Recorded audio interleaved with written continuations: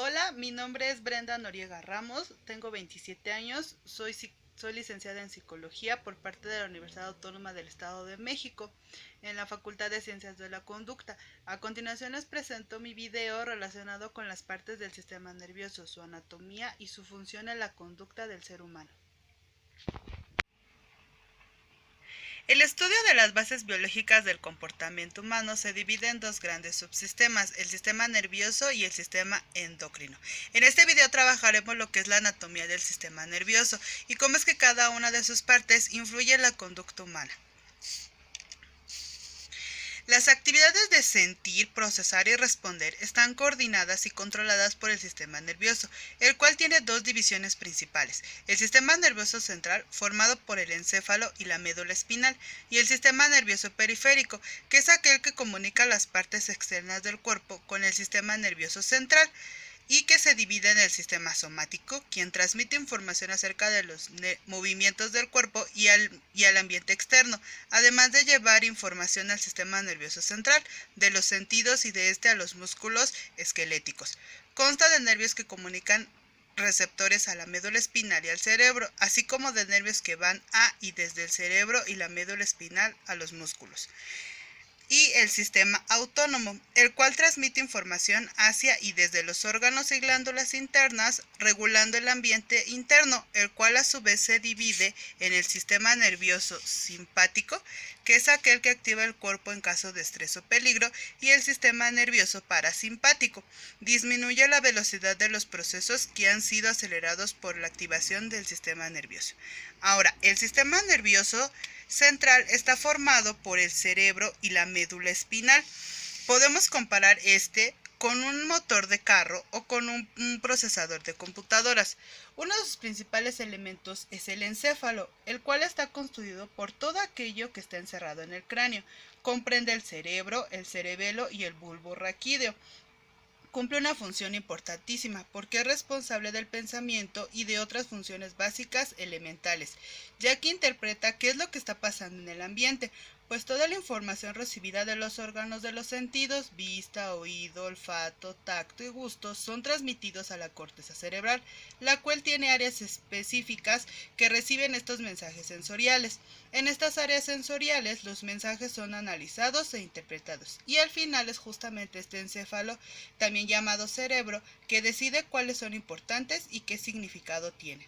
También controla los movimientos musculares, ya que los mensajes recibidos de nuestros órganos sensoriales nos llaman a realizar una acción correspondiente, controlando el movimiento desde los pies hasta la cabeza.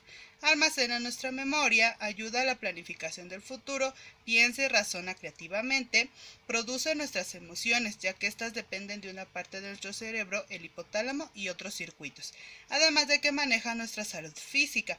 Es el director de orquesta para producir la homeostasis, que es el perfecto equilibrio en mantener la temperatura del cuerpo, el balance químico, la adecuada calidad de oxígeno y agua y otras sustancias que requieren las células para sobrevivir. Ahora, se divide en tres capas que evolucionaron de diferentes etapas en un proceso evolutivo específico. La primera es el núcleo primitivo central, el punto en el que la médula espinal entra al cráneo y se convierte en el metencéfalo, cuya parte más cercana a la médula espinal es la médula, la cual controla las funciones corporales como la respiración, el ritmo cardíaco y la presión sanguínea.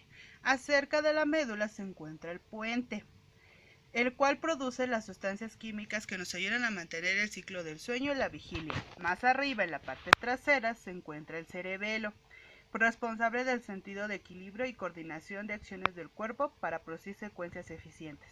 Posteriormente está el tálamo, conocido como el centro principal del riego sensorial, e hipotálamo, regulador del hambre, sed, pulsión sexual y temperatura corporal, además de la influencia en la motivación y la emoción. Después aparece el sistema límbico, que es el jugador principal en los procesos del estrés. Está conformado por el hipocampo, que es el formador de los recuerdos, y la amígdala, que es quien rige las emociones relacionadas con la autopreservación. Por último aparecieron los hemisferios, quienes se encuentran cubiertos por una delgada capa de materia gris, llamada corteza cerebral, encargada de procesar el pensamiento, la visión, el lenguaje, la memoria y las emociones.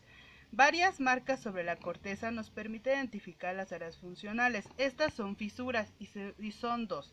Fisura profunda, que va desde la parte delantera a la trasera. Esta fisura justamente divide los hemisferios izquierdo y derecho, recordando que el hemisferio derecho recibe información del lado izquierdo del cuerpo y el hemisferio izquierdo la recibe del lado derecho del cuerpo. Ahora, la fisura central, que corre de oído a oído y separa la corteza somatosensorial primaria de la corteza motora primaria.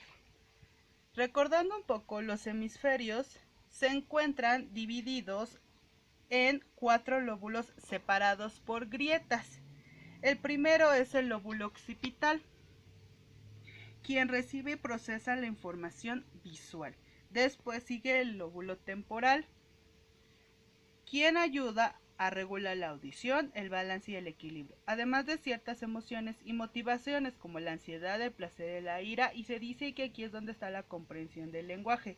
Lóbulo parietal, quien recibe la información sensorial de todo el cuerpo, supervisa las habilidades espaciales como la lectura de mapas. Esta es justamente la parte que nos dice cómo ubicarnos en algún lugar o cómo dar una dirección adecuada. Y finalmente el lóbulo frontal recibe y coordina mensajes de los otros 3 lóbulos, además de que es el responsable del movimiento voluntario y la atención, conducta dirigida a metas y experiencias emocionales. Ahora, como se mencionó antes consta de 2 hemisferios cerebrales separados. La principal conexión entre ellos es el cuerpo calloso, quien permite el intercambio de información entre ellos. El hemisferio derecho controla el tacto y movimiento del lado izquierdo del cuerpo y por lo general domina en tareas no verbales, visuales y espaciales. Y finalmente el hemisferio izquierdo controla la escritura y movimiento del lado derecho del cuerpo. Por lo general es dominante en el lenguaje y tareas que implican el razonamiento simbólico. Gracias.